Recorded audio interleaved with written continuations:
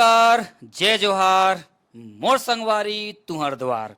जी हाँ, आप देख रहे हैं मोर संगवारी रवि सर की रिपोर्ट। जी हाँ, एक ऐसा चैनल शिक्षा विभाग द्वारा अधिकृत है ना, और इस चैनल के माध्यम से हम स्कूली बच्चों को और हमारे युवा जो साथी है उनको मोटिवेट करने के लिए एक संघर्ष की कहानी जो है एक सफलता के माध्यम से आप तक लेकर आते हैं।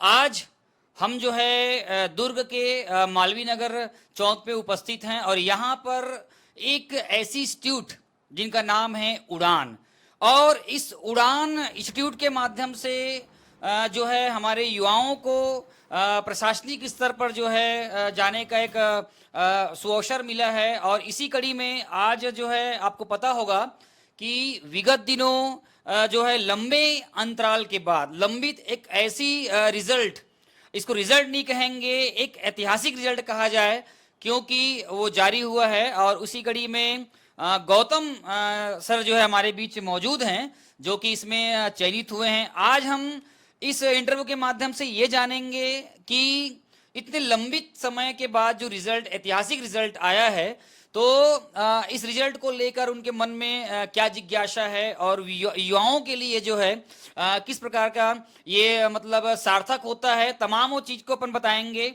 और जो एसआई जो सब इंस्पेक्टर की जो तैयारी होती है जमीनी स्तर से लेकर जो वो किस प्रकार के होते हैं, वो तमाम बातें करेंगे, क्योंकि ये तो 6 साल पुरानी जो लंबित वैकेंसी थी उनकी जो रिजल्ट है अभी जारी हुआ है। और आने वाले समय में हमारे बहुत सारे युवा जो हैं इसमें लगे हुए हैं, बहुत सारे भी पोस्ट जो है अभी जो निकली हुई पेंडिंग है, तो वो तमाम चीजों को तैयारी को लेकर हम बात करेंगे। हमारे बीच जो है गौतम सर जी हैं।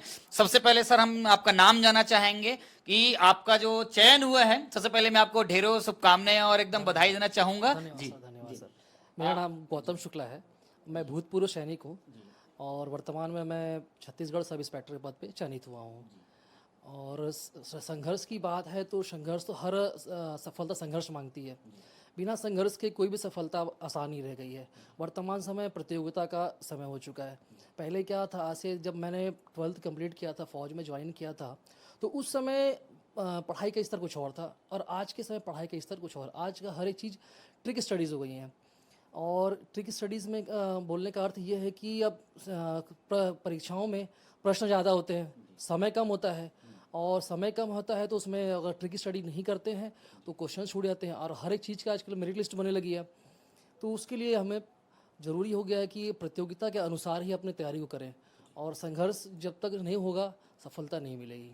एक ऐतिहासिक रिजल्ट था। जी हाँ, कई लोगों के सपने टूटे, कई लोगों के अरमान टूटे, और बहुत सारे कहना चाहिए इसके पीछे, क्योंकि एक लंबा समय होता है और लंबे समय के अंतराल में इस तरह का रिजल्ट आना कहीं ना कहीं जो संघर्ष कर रहे हैं, जो 4 दीवारी में जो तैयारी कर रहे हैं हमारे जो युवा साथी हैं, उन लोगों के लिए एक और खुशखबरी भी है, और एक और अगर कहा जाए तो है ना, धैर्य की, संघर्ष की जीत है।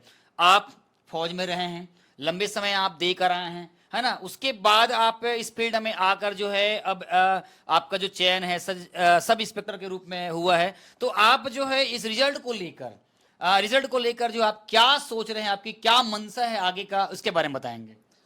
जैसे कि धैर्य, रिजल्ट परीक्षाएं काफ़ी तो लंबे समय चलती रही और रिजल्ट बहुत लेट आया, 6 साल लगभग हो गए।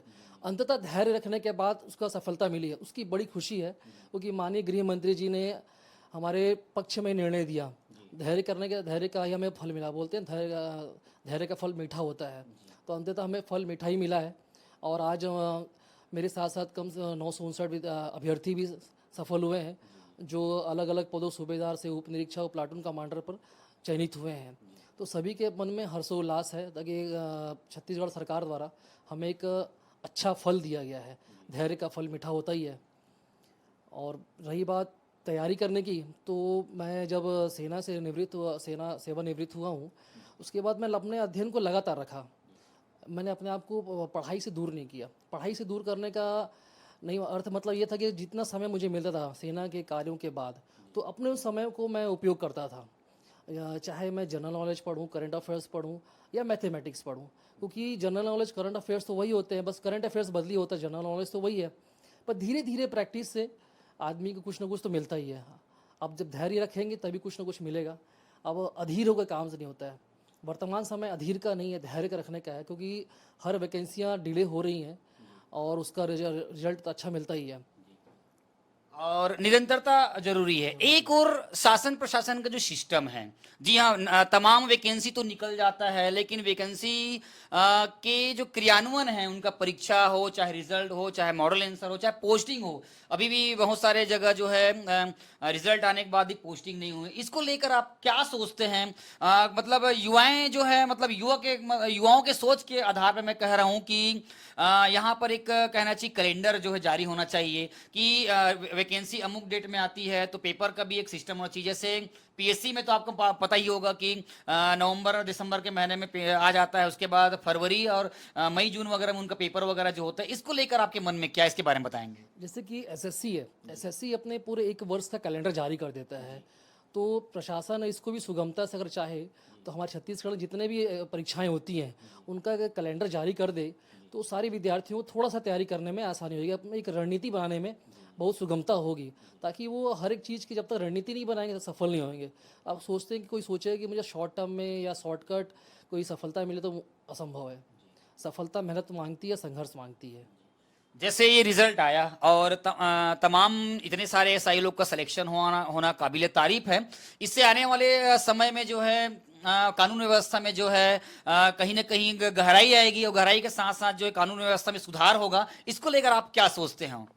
देखिए, सभी अभी इस समय जो चयनित हुए हैं वो कोशिश तो अपना हर आदमी सोचेगा मैं अच्छा अपना बेस्ट दूं, जहां भी मुझे सेवा देने का अवसर मिले, और एक अच्छी मनोभाव से आदमी काम करना चाहेगा जहां जिस फील्ड में उसको नियुक्ति मिलेगी, और अपना क्या बोलते हैं जिम्मेदारी, जो जिम्मेदारी उठाता है, कुछ तो अच्छी बुरा चीज़ होती है पर जिम्मेदारी उठाने से भागना नहीं चाहिए। जिम्मेदारी सबसे बड़ी चीज़ है।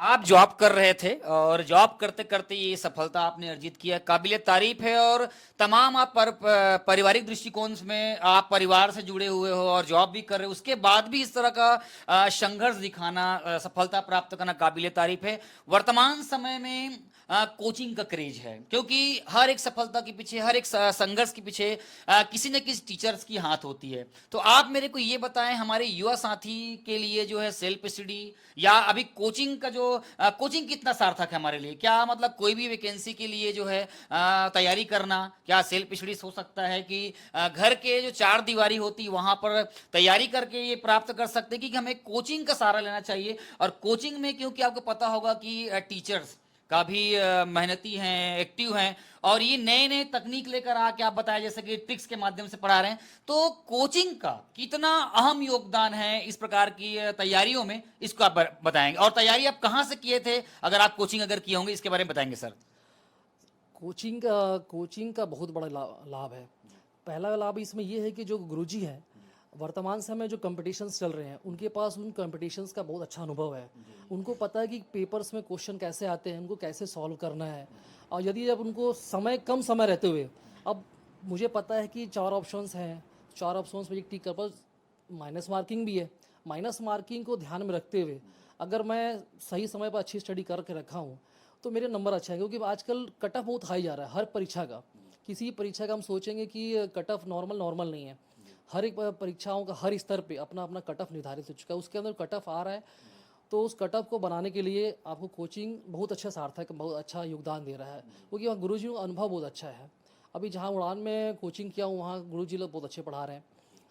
मैथ्स का कोचिंग अच्छा है, छत्तीसगढ़ बहुत अच्छा है। मतलब छत्तीसगढ़ का पढ़ाने का तरीका, और भी जो जब मैं 12th 2004 में कंप्लीट किया तो उस समय ये सब क्रेज़ नहीं था। हम वो तो उस समय मतलब बोलते हैं बुक्स को पढ़ लो जितना पढ़ सकते हो, बट अभी है समय जो वास्तविक वर्तमान का समय है, इस समय तो ट्रिक स्टडीज़ हो गई हैं। और बहुत अच्छा लगता है कि मतलब किसी चीज़ को आदमी दे देता है कि मतलब किसी स्टेट को याद करना है, स्टेट का नाम भी आज के ट्रिक से याद हो जाते हैं। 28 कई लोग ऐसे होंगे जिनको 7 सिस्टर्स का नाम कन्फ्यूज़ होता है किसका रहा, कैपिटल कौन सी है। बट जब ट्रिक्स आ गए हैं तो लोगों को तुरंत दिमाग में क्लिक हो जाता है कि हाँ भाई इसका आंसर ऐसा होगा। तो वास्तव में कोचिंग बहुत हेल्प कर रही है।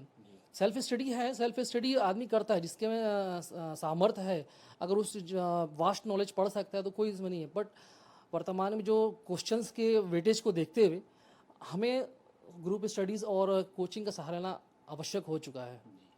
उड़ान, जी हाँ, विगत 15-16 सालों से दुर्ग में जो है एक अपनी एक विशिष्ट पहचान छोड़े हैं।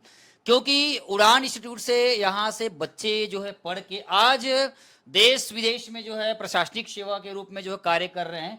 लगातार विगत 15-16 सालों से जो सेवाएं दे रहे हैं, युवाओं को जो है जो तैयार कर रहे हैं, एक फौज के रूप में तैयार कर रहे हैं। एक समय था जहां तक मेरी जानकारी में कि दुर्ग में महानदी और उड़ान का ही एक नाम चलता था। अच्छा, उड़ान जो कोचिंग है, इंस्टीट्यूट है, युवाओं के लिए कितना सार्थक है, इसके बारे में आप थोड़ा बताएंगे, ताकि जो युवा देख रहे होंगे, हो सकता है कि उनके लिए भी एक अवसर मिल जाए तैयारी करने के लिए। तैयारी को लेकर क्या कहेंगे उड़ान के बारे में? सर, उड़ान को कोचिंग में मार्च में ज्वाइन किया इस साल 2024 में, बट इससे पहले मैं सेना में रहते हुए 2-3 बार यहाँ पर आया मैं कोचिंग इंस्टीट्यूट से। मुझे हेल्प मिली क्योंकि मैं बुक्स भी यहाँ से मेरे को मिली और मुझे मटेरियल मिला कि कैसे प्रयास करना है, पढ़ना है उसको मुझे।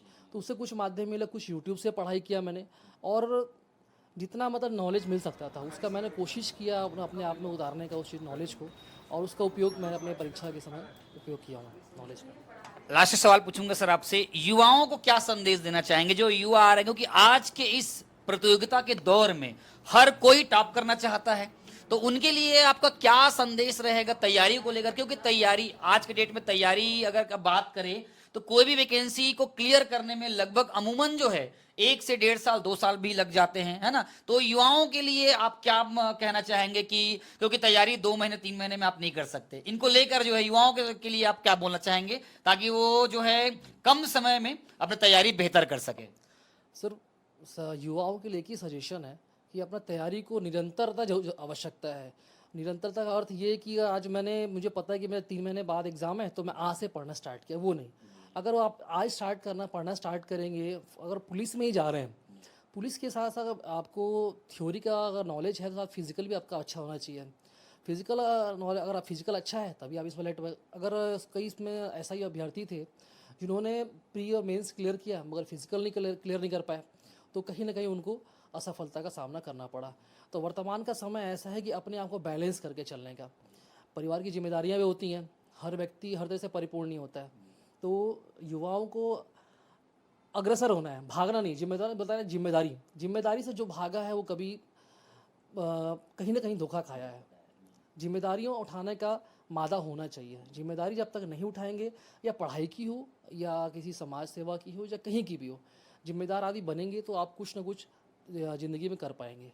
आप फौज में थे, सेना में थे, और अभी आपका जो एसआई में जो सिलेक्शन हुआ है, ये आगे जो है किस प्रकार, और ये आगे जा सकता है कहाँ तक, ये आपकी जो लंबी रेस हो सकती है, इसके लिए आपने क्या सोचा है और क्या आपके मनसा आपके अंदर में? देखिए सर, सेना में सर्विस था, सेना का क्राइटेरिया अलग था और पुलिस का क्राइटेरिया अलग है। सेना में एक निश्चितता है कि मुझे पता था यहाँ तो जितना तेज़ दौड़ेंगे, आप जिसको रेस में दौड़ना होता है और आगे आना होता है, वो तेज़ दौड़ना पड़ता है। कंपटीशन तो हर जगह है। आप ईमानदारी से और जहाँ अपना काम करिए, बाकी देने वाला भगवान फल है। जितना आप अच्छी मेहनत करेंगे, आपका बर्ताव अच्छा होगा, आपको वहाँ फल मिलेगा। ये आप देख रहे थे जो एसआई में जो सिलेक्शन हुए हैं, गौतम शुक्ला सर जी हैं, और जो कि फौज में रहे, कहे काफी गहरा अनुभव रखते हैं, और निश्चित रूप से अभी जिस पद में उनका जो चयन हुआ है और वो जो फौज का जो अनुभव रहा है, वो निश्चित रूप से जो है ये आगे चल के काम आने वाले हैं। और आपने सर अपना कीमती समय दिया, उसके लिए मैं बहुत बहुत आपको धन्यवाद दूंगा, और आने वाले समय में इस क्षेत्र में जो आप बेहतर नहीं सर, बेहतर से बेहतरीन करने का प्रयास करें, इसके लिए आपको मैं एक बार और अग्रिम शुभकामनाएं दूंगा सर।